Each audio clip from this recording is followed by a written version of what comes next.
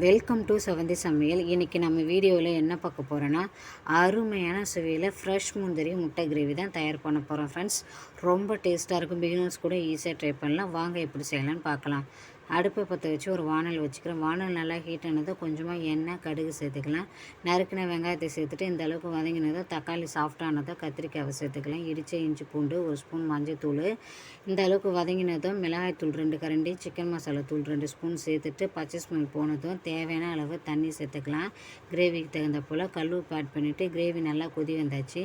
இந்த அளவுக்கு லைட்டாக வற்றி வந்ததும் ஃப்ரெஷ் முந்திரியை சேர்த்துக்கலாம். காய் நல்லா வெந்ததுக்கு அப்புறமா ஃபைனலாக நம்ம முட்டையை சேர்த்துட்டு 2 மினிட்ஸ் அப்படியே மிக்ஸ் பண்ணாமல் விட்டுடலாம். 2 மினிட்ஸ் கழித்து நம்ம மிக்ஸ் பண்ணிக்கலாம். இல்லைனா ரொம்ப திருளாக இருக்கும். கருவேப்பிலை, கொத்தமல்லி தழையை தூவி விட்டு சூடாக பரிமாறிக்கலாம். என்னோடய ஸ்டைலில் ஃப்ரெஷ் முந்திரி முட்டை கிரேவி சூப்பராக தயாராகியாச்சு. வீடியோ பிடிச்சிருந்தால் மறக்காமல் ஒரு லைக் அண்ட் சப்ஸ்கிரைப் பண்ணிக்கோங்க. தேங்க்யூ ஃபார் வாட்சிங்.